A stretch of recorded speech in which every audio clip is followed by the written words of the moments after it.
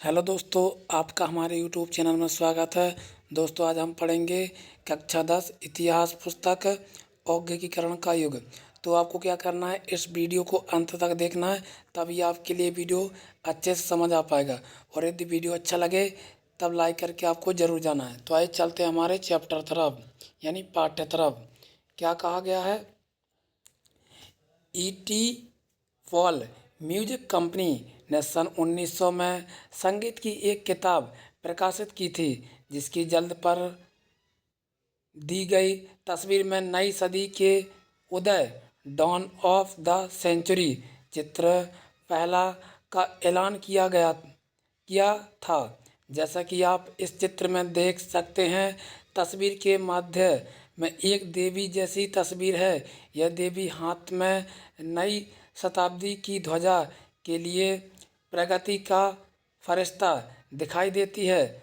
उसका एक पांव पंखे वाले पहिए पर टिका हुआ है। यह पहिया समय का प्रतीक है।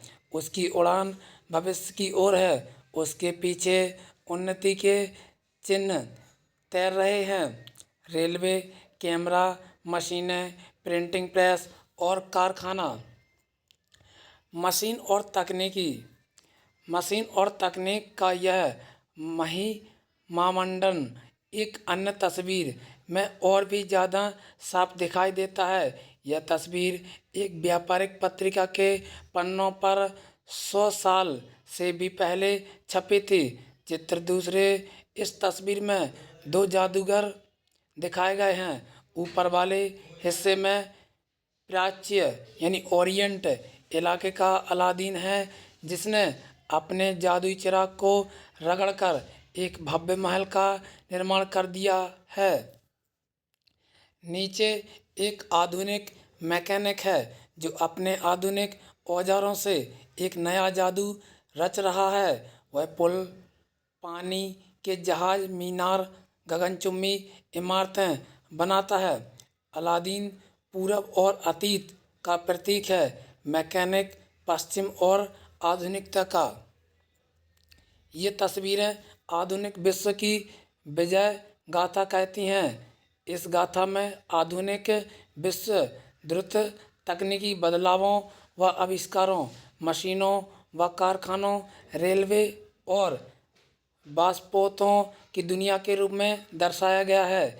इसमें औद्योगिकीकरण का इतिहास विकास की कहानी के रूप में सामने आता है और आधुनिक युग तकनीकी प्रगति के भव्य युग के रूप में उभरता है। अब ये छवियां और ये संबंध लोकमानस का हिस्सा बन चुके हैं। क्या आप भी तेज औद्योगिकीकरण को प्रगति व आधुनिकता के काल के रूप में नहीं देखते? क्या आपको नहीं लगता कि रेलवे और फैक्ट्रियों का निर्माण, गगनचुंबी इमारतें व पुलों का विस्तार समाज के विकास का घोतक होता है? ये छवियां किस प्रकार विकसित हुई हैं? इन विचारों से हमारा क्या संबंध है? क्या औद्योगिकीकरण के लिए तीव्र तकनीकी विकास हमेशा जारी होता है? क्या आज भी हम तमाम तरह के कामों के दिनों दिन बढ़ते मशीनीकरण का गुणगान कर सकते हैं? औद्योगिकीकरण से लोगों की ज़िंदगी पर क्या असर पड़ा है?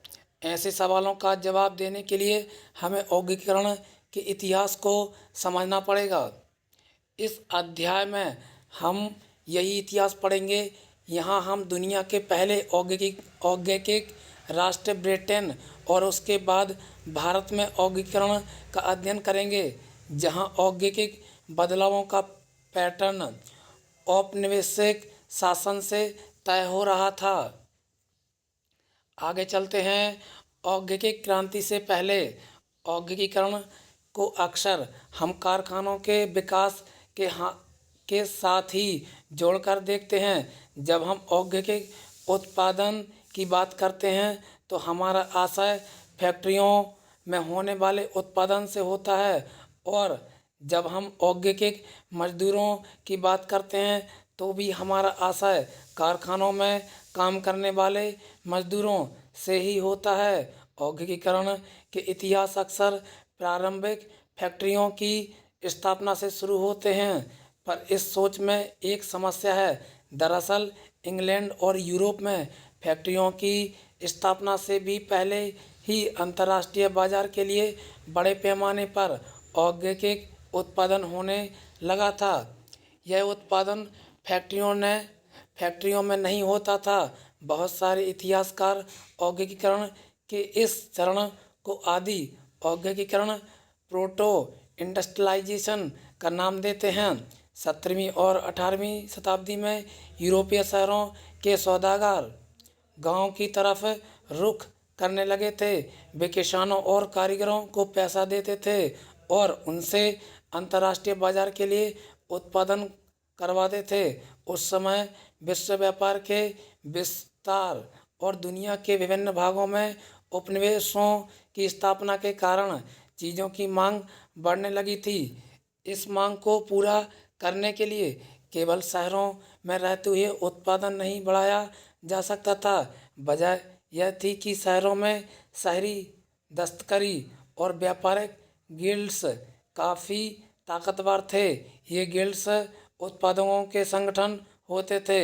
गिल्ड से जुड़े उत्पादक कारीगरों को प्रशिक्षण देते थे, उत्पादकों पर नियंत्रण रखते थे, प्रतिस्पर्धा और मूल्य तय करते थे तथा व्यवसाय में नए लोगों को आने से रोकते थे।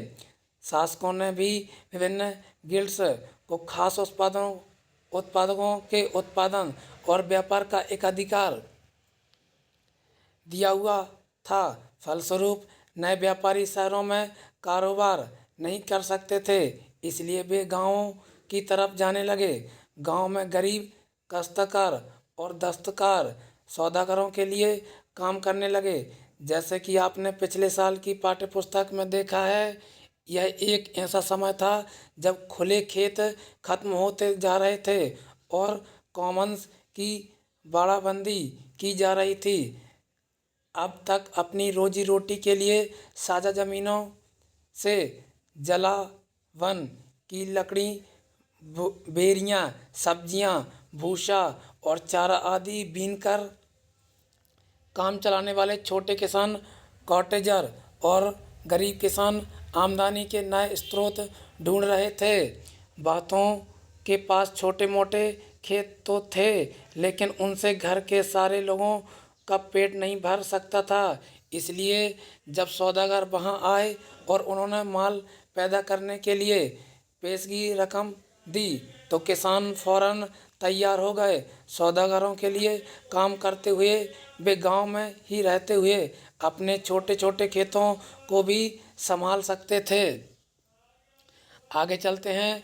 इस आदि औद्योगिक उत्पादन से होने वाली आमदनी ने खेती के कारण सिमटती आय में बड़ा सहारा दिया। अब उन्हें पूरे परिवार में श्रम संसाधनों के इस्तेमाल का मौका भी मिल रहा गया। इस व्यवस्था में से शहरों और गांव के बीच एक घनिष्ठ संबंध विकसित हुआ। सौदागर रहते तो शहरों में थे, लेकिन उनके लिए काम ज़्यादातर देहात में चलता था। इंग्लैंड के कपड़ा व्यवसायी स्टेपलर्स से ऊन खरीदते थे और उसे सूत कातने वालों के पास पहुंचा देते थे। इससे जो धागा मिलता था उनसे बुनकरों, फुलर्स और रंगसाजों के पास ले जाया जाता था। लंदन में कपड़ों की फिनिशिंग होती थी। इसके बाद निर्यात व्यापारी कपड़े को अंतर्राष्ट्रीय बाजार में बेच देते थे। इसलिए लंदन को तो फिनिशिंग सेंटर के रूप में जाने लगा था। यह आदि औद्योगिक व्यवस्था व्यावसायिक आदान प्रदान के नेटवर्क का हिस्सा थी। इस पर सौदागरों का नियंत्रण था और चीज़ों का उत्पादन कारखानों की बजाय घरों में होता था। उत्पादन के प्रत्येक चरण में प्रत्येक सौदागर 20 से 25 मजदूरों से काम करवाता था। इसका मतलब यह था कि कपड़ों के हर सौदागर के पास सैकड़ों मजदूर काम करते थे।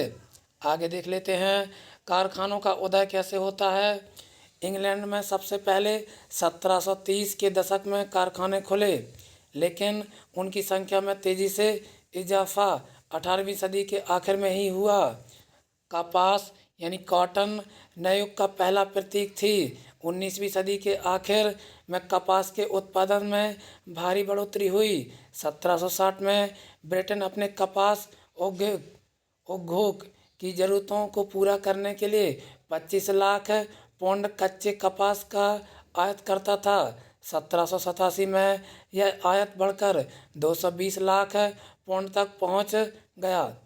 यह इजाफा उत्पादन की प्रक्रिया में बहुत सारे बदलावों का परिणाम था।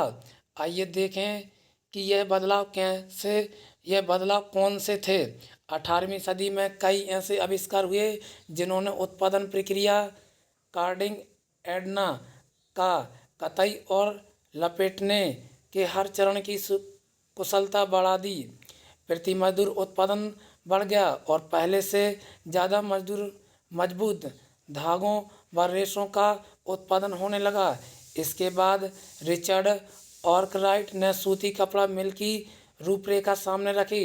अभी तक कपड़ा उत्पादन पूरे देहात में फैला हुआ था। यह काम लोग अपने अपने घर पर ही करते थे, लेकिन अब महंगी नई मशीनें खरीदकर उन्हें कारखानों में लगाया जा सकता था। कारखाने में सारी प्रक्रियाएं एक छत के नीचे और एक मालिक के हाथों में आ गई थीं। इसके चलते उत्पादन प्रक्रिया पर निगरानी, गुणवत्ता का ध्यान रखना और मजदूरों पर नज़र रखना संभव हो गया था। जब तक उत्पादन गांव में हो रहा था, तब तक ये सारे काम संभव नहीं थे। 19वीं सदी की शुरुआत में कारखाने इंग्लैंड के भूदृश्य का अभिन्न अंग बन गए थे। ये नए कारखाने इतने विशाल और नई प्रौद्योगिकी की ताकत इतनी जादुई दिखाई देती थी कि उस समय के लोगों की आंखें चौंधिया जाती थीं। लोगों का ध्यान कारखानों पर टिका रह जाता था। वे इस बात को मानो भूल ही जाते थे कि उनकी आंखों से ओझल गलियों और वर्कशॉप्स दोस्तों ये गलियों लिखा है, गलियों और वर्कशॉप में अभी भी उत्पादन चालू है। तो दोस्तों आज यहीं पर रहने देते हैं। आपको बताना कि वीडियो आपके लिए कैसा लगा है। यदि अच्छा लगा है तो लाइक करके जरूर जाएं। तब तक के लिए थैंक यू दोस्तों।